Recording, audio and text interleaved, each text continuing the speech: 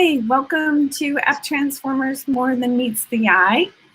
Today, Hello there. We are having an exciting session, and I'm really excited to be joined by two guests today. I'm Dana Price. I am an app modernization architect with IBM, and I'm joined today by one of my colleagues in IBM and also a guest, Fabio.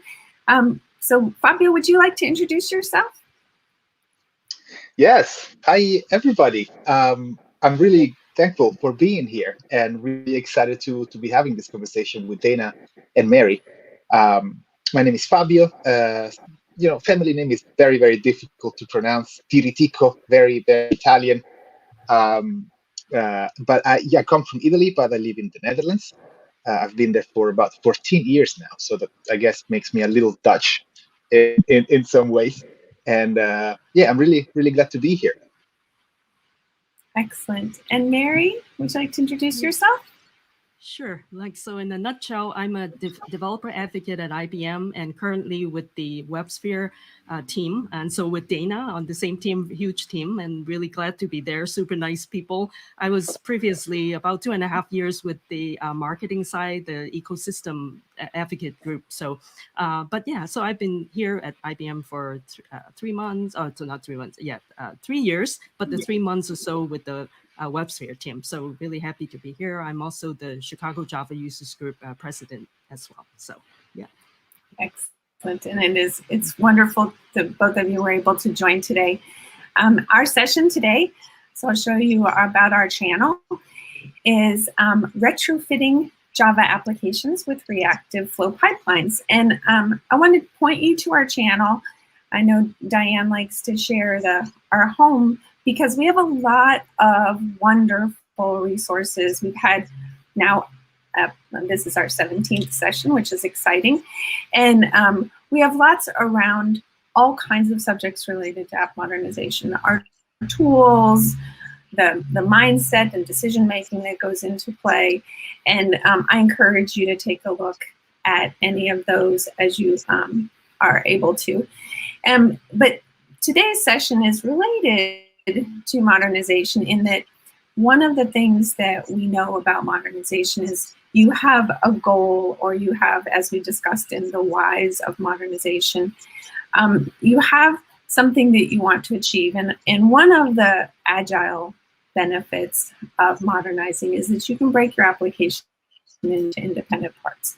We can call them microservices, we can call them mini monoliths, but the idea is it allows us to separate out the function, deploy that independently, update them independently, sometimes have 2 or 3 versions of the same functionality, such as the user interface, that then takes advantage of the same backend. Lots of decision making. And Fabio and Mary are joining me today to talk about a subject that they've been involved in around using reactive flow pipelines for asynchronous communications between the pieces and parts of our monolith that has been broken into independent pieces. So Mary and Fabio, tell me a little bit about how you got involved in the same project and how you've been sharing your project with the world. Sure. Yeah. So maybe I'll just quickly start.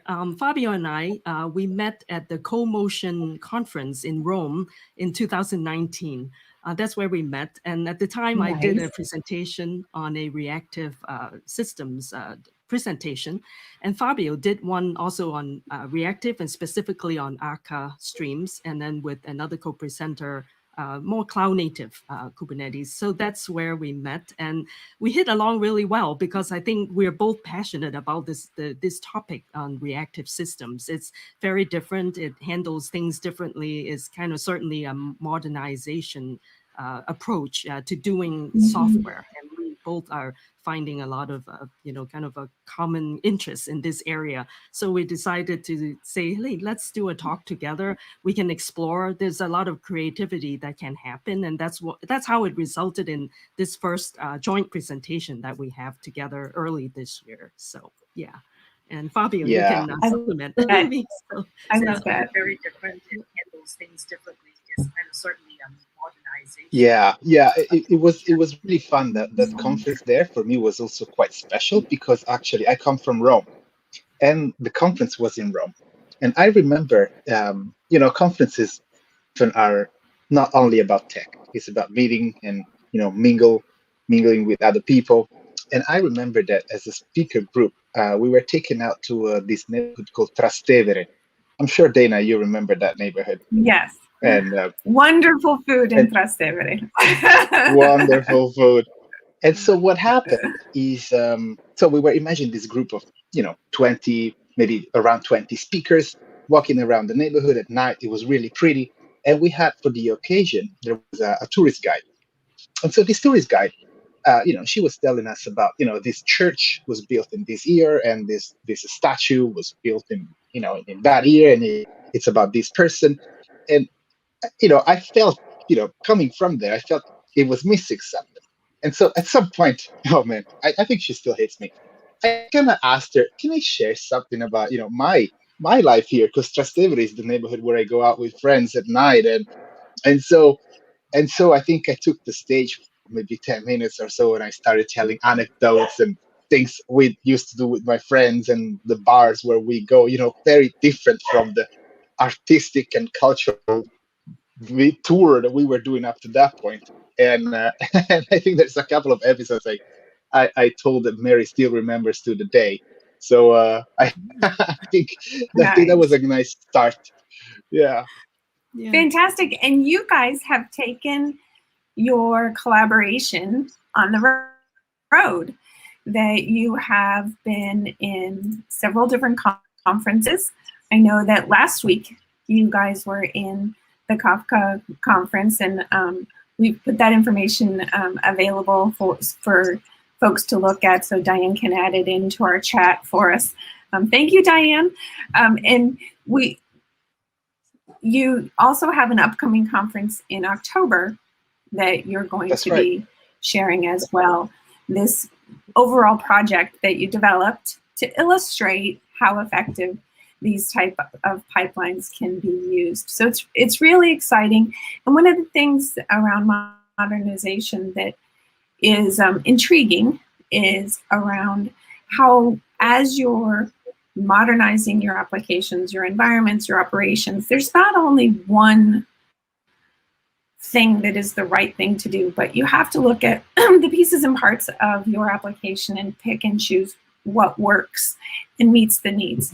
So definitely the communication between independently delivered components, especially in the cloud, is critical. And I think that's where, Mary, your passion for reactive programming is actually something that fits very nicely into the modernization stream. So I'd love for you guys to tell me about your project, and folks can get lots and lots more details from the links and from your conference presentations. But talk about a little bit about the flow that you have introduced into a monolith that didn't used to have that kind of event-driven flow. That's right. Yes, exactly. So yeah, I like to kind of start by saying that the nice thing about like reactive technology is that, and which we'll go a bit into detail. Fabio has actually an example to show too, quickly. But let's say, right, we are so used to how we are trained, and doing computers are always like doing things, so to speak, like blocking way, right, synchronous. Things that are more rigid. It used to be business process, and while they solved the problem, that model, but it's quite rigid in the sense that you need to know your workflow. You need to have some predetermined way of doing things. However, in the real world, and especially in nowadays, cloud native, everything's a lot faster and everything. So we need a new approach. So it's kind of this event-driven kind of approach, and combined with like the reactive way of doing things, in which everything is streams, like in reactive in that world. And that's where we're kind of started exploring into this area, is that can you break down your monoliths and identify pieces of it and break it down, and rather than saying things needs to be done flow a certain way, maybe you can allow it, right, to have asynchronous way of doing things. And in the meantime, doing like reactive too, it helps too with this specification. It helps with back pressure that Fabio also will get into with this example. So so that's kind of like the primary thing. This handles back pressure as well, and that's very important in the reactive paradigm too, the reactive systems paradigm. So I'd like you guys to delve into. I think it's very illustrative, so it's probably obvious, but it would be nice for you guys to illustrate. What does back pressure mean with respect to an event flow pipeline? That obviously back pressure when we're talking about water and pipes is that there's a whole lot more going in than can come out the other end. In events, is that the same concept? So we're talking about a lot more events and a smaller number being pulled off at one time. Can you illustrate or tell us about what that means? Maybe I can take this quickly. The idea of back pressure is that basically when you have a producer of data and a consumer of data, the idea of back pressure is that the consumer becomes the one in control. So let's say what you want to avoid is that the producer sends too much data too fast and the consumer is overwhelmed, cannot handle all this data sent by the producer. So back pressure is when the consumer is able to tell the producer, hey, slow down. I cannot handle this. You are only going to send me data at the rate that I decide. This is back pressure in essence, is the ability of the receiver, the consumer of data, to slow down the producer to its own estimations and rate that the consumer likes and him. Beautiful. That's awesome, and I know that you guys will illustrate that in your examples. Fantastic. Yeah. And we use the word reactive without a definition. So let's back it up a little bit. Is when we say reactive, if you're a Java EE programmer, you know what that means. You know the applications are. Tell us. Let's define what reactive means. And Fabio, I know you are very heavily involved in your reactive users group in the Netherlands. So can we, just for folks who haven't heard about it before, define what reactive means in this context? Absolutely. So in this context of our talk and our demo that we're going to show in a minute, being reactive is mostly about this reactive streams specification. And reactive streams is a standard. It's not about technology really. It's a definition of a protocol that you then implement on the JDK. But you can implement it in Python, in JavaScript, anything. And this protocol defines indeed a communication pattern where back pressure is taken into account from the very beginning. So if you have different pieces on your system, different services that communicate with each other, doesn't matter what kind of technology they are built on, as long as they stick to the reactive streams communication pattern, you are sure that there will always back pressure, and none of them will be overwhelmed by anybody else. But in our context, this is the reactive definition that we are working with. That's right. Perfect. And I know that we don't all have to reinvent the wheel here, that there are libraries that are out there for us to be able to take advantage of an implementation of those specifications. And so what are some of our choices with respect to choosing an implementation of reactive spec? And why did you guys, as a part of your project, choose the one you did? Very good question. Yes, there are, as such, there are a number of more popular reactive libraries out there. But first and foremost, I'd like to say, while IBM, we're involved with the microprofile project, which is actually an enterprise microservices framework. That one's already started to support also reactive streams. So you can actually write the code using conforming to the microprofile spec, build a pipeline, and then connect it with other components. Now, in our case, for our demo, Fabio has chosen to work with Scala and using Akka, the Akka library to do so. And then also, then we're leveraging on Kafka as our event producer, and then we write to the event sync using Kafka as well. It was just, again, a bit of an experimentation. We can easily plug in, let's say, a microprofile pipeline. And of course, too, there are other libraries like Spring also has it.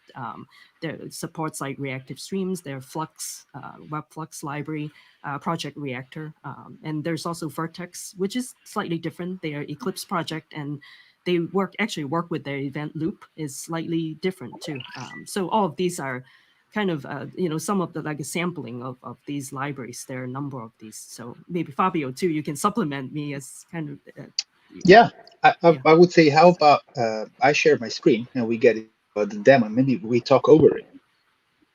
Yeah. How about that? That'd be great. Sure. So, right. We were just talking about this project that we have built together to illustrate our concepts, and indeed, what we are going to see is this image that you see on screen, where you have basically our entire pipeline consists of ingesting data at some point from a first Kafka topic right here, and then at the end of the pipeline, there's going to be another Kafka topic, and the second Kafka topic is going to receive basically the outcome of the processing of our data. We'll have two legacy processors, the number 1 and number 2, and the reactiveness of our project, to go back to that definition, is really in these arrows here. Each arrow, as we will see, is fully back pressured, which means that if this guy, legacy processor number 2, tells the legacy processor number 1 to please stop giving me data because I cannot handle it, well, then the legacy processor number 1 will reflect this also on the previous arrow. And so this guy will also stop consuming data from the Kafka topic. And that's what we mean by end-to-end, that, at any point one arrow is not able to handle more load, all the entire flow basically stops. And this is quite revolutionary, if you want. Dana, you were mentioning reasons why, for modernization. In this specific use case, let's say we have these two legacy processors that were built, at another time in a previous era, where we didn't have all this traffic, we didn't have all this data available. So maybe their capacity to handle data is not really up to, it's not really up to par with nowadays technology. But they still work. So what we are doing with back pressure is really protecting them. We are using this little shell of Reactive Streams protocol to protect them, not to overwhelm them with too much data. And I like that you share it in that way, because one of the things that I know there are a lot of words for the older applications or legacy applications, and one of my favorite terms is the heritage applications, in that there's so much value still in those business applications. They're doing their job and they're providing an enormous service to our business. And we don't want to throw it away and write it all from scratch, but we want to take advantage of the richness, kind of like, at grandma's house when you have all the things that are your legacy. Some of those things we're going to replace, but others are rich and beautiful and give us value. So I like the way that you recommended it. It wasn't built for this, but we don't want to get rid of it. And so we build around it with the event streams to be able to take advantage of it and continue to benefit from it. Very nice. Yeah. Yes. For sure. And so with that said, I would like to give a very brief tour of what's inside these two legacy processors. Let's start with the first one. So this file, it's pretty much all there is, actually. in this file, we are going to do a little bit of plumbing and setup, but then the core that defines our stream really is in this about 10 lines of code. What we are doing here is that on this line, we are consuming data from the Kafka topic, the first Kafka topic, and then this method here, process item, it simulates our legacy logic. So the idea is we get an item Kafka, we process it, some processing that we don't know, and then we push the outcome further down the line using our socket. And this is an interesting thing. We are using our socket between the legacy processor 1 and number 2. And our socket, for those who are not familiar, is an application layer protocol. Basically, is a competitor of HTTP, so very high level in that sense, but built with back pressure and compliance with reactive streams from day one. Whereas HTTP, it's a legacy protocol on itself, no pun intended. Whereas our socket really works out of the box with reactive stream and back pressure compliance. So this is what's happening in the first legacy processor. And now let's give a look at the second one. And yes, like Mary mentioned, the first legacy processor was a Scala application, whereas the second one here is a Java application. And I chose this to highlight how if as long as we stick to this reactive stream protocol, it doesn't matter what technology the services are built with. And so the second legacy processor, it's also quite short to look at. We are using our socket, so there will be again a little bit of configuration and basically here we are defining the behavior of what happens when we receive some payload from the first legacy processor. What we are going to do, quite brief as well, we are going to get the data from the first legacy processor, and then we are going to do some processing. This is again encapsulation of our legacy processing logic, and then we are going to publish it to our destination topic, which is the second Kafka topic called second topic. And so in a sense, what you see here, this is the end of the line, because at this point, both processors have done their processing. And what you see here, this line is really key to our concept. Only when this method returns, this is the moment when we are signaling to the first legacy processor that we are able to consume another item. So imagine if you have something that takes some time here, maybe this processing takes, 2 seconds. Well, until these 2 seconds have passed, we are not going to return, and therefore we are basically blocking the first legacy processor from sending us more data. More data. So we have actually, in that illustration, we have 2 completely different protocols in use. We have the Kafka events that are driving asynchronous data through us, and then we have the R sockets in the middle, which allow us to have a mechanism for communication that is blocking, but blocking without having to have it's an asynchronous type of blocking because there's signaling in between that says, okay, I'm ready for the next one. We can keep this going. I think it's really powerful that it illustrates where you had right in the middle of your project, the legacy processing. So you can completely encapsulate what had been done before at that point in a completely synchronous execution flow, what you have, but instead now you're being driven through these RSocket and the event relationships. Fantastic. Absolutely. I like that you took your existing application and retained the pieces that were still valuable. Very nice. Yeah. Exactly. And we talk about the Kafka topics and the Akka streams. So tell me, we talked about our sockets as being very similar to HTTP.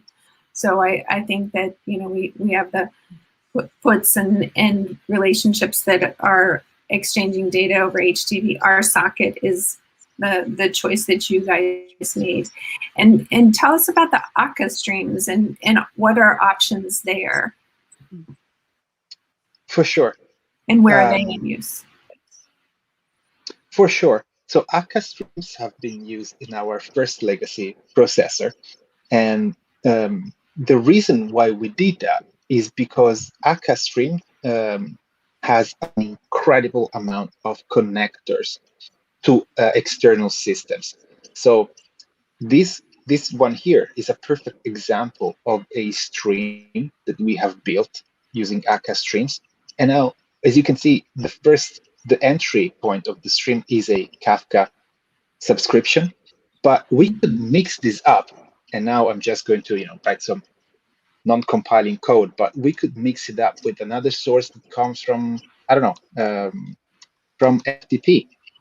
You could use a connector for FTP, or there's as many as you want. There's connectors for Google Cloud PubSub, or maybe you want to integrate your stream with something coming from S3. This is one of the reasons why we chose that. Alternatives are, there's many implementations of reactive streams. RX Java and the entire, the entire family of RX libraries is another one. We could have used that one. But I feel that if you need to interact with many different systems, and in this case, we only have two, Kafka and RSocket, Akka Streams is pretty much unbeatable. So it's really flexible. And I like also that your legacy applications are in two different languages. One of the real benefits of using microservices is the fact that you have agility in terms of your deployment and how frequently and scaling, whether different pieces of your application can be scaled at different dimensions. And like you illustrated, they're also be implemented in different data and different programming languages. So you can, through these connectors and also through the event queues or event streams, be able to connect up pieces and parts that don't have to be built together, don't have to be built in the same way, and could be delivered by different teams with different preferences. I like your sample that you guys have chosen has taken advantage of that. It's a nice sample and illustrates a lot of the benefits. Yes. Thank you. Excellent. Yeah. Very nice. Yeah. So what else can, I know, Mary, that you had a recording of the entire flow talking about each of the pieces and how to implement them, and actually some background around choosing an event-driven architecture like this. I know we have a YouTube video for it, so maybe you could show us a little bit of that and folks can see how they can learn a little bit more about what you guys have done. Sure. Yeah. So I wouldn't step through the whole set of slides, but this is like the slide deck that's came out of that recording. But I just wanted to kind of quickly kind of touch upon this. We wanted to highlight like why we have chosen this approach, right? And they're traditional enterprise JVM applications, and that's also, Dana, your specialty area. That's why I think we're exploring so many different ways of how do we, speed up and accelerate, our application, the performance and everything. So I kind of explained about the reasoning behind it. There's concurrency processing. These are like complex computing problems in the ever evolving world. Asynchronous processing, all these things, we highlighted the need to solve these problems. And so then we're proposing the solutions of using the reactive approach.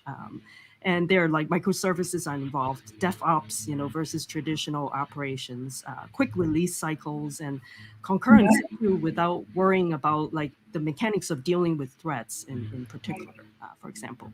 And then this kind of goes into what Fabio just showed us about this flow pipeline. So yeah, and then again, we have that link to our YouTube recording as well. So I should actually I guess I kind of bring it up, but this is actually there, and we will be sharing this link. I believe we'll give the link to the program here, then everybody can watch this too. Yeah, and it is available on YouTube right now. So yeah, fantastic. Yeah. Well, I can't tell you how excited I am that you guys joined us today, and also that you shared an experience that was being developed outside of our discussions, and we joined up. So next time it'll be in Trastevere, and we will have a wonderful experience. And thank you to everyone who's joined. It's really been. Oh wait, we have a question in our chat.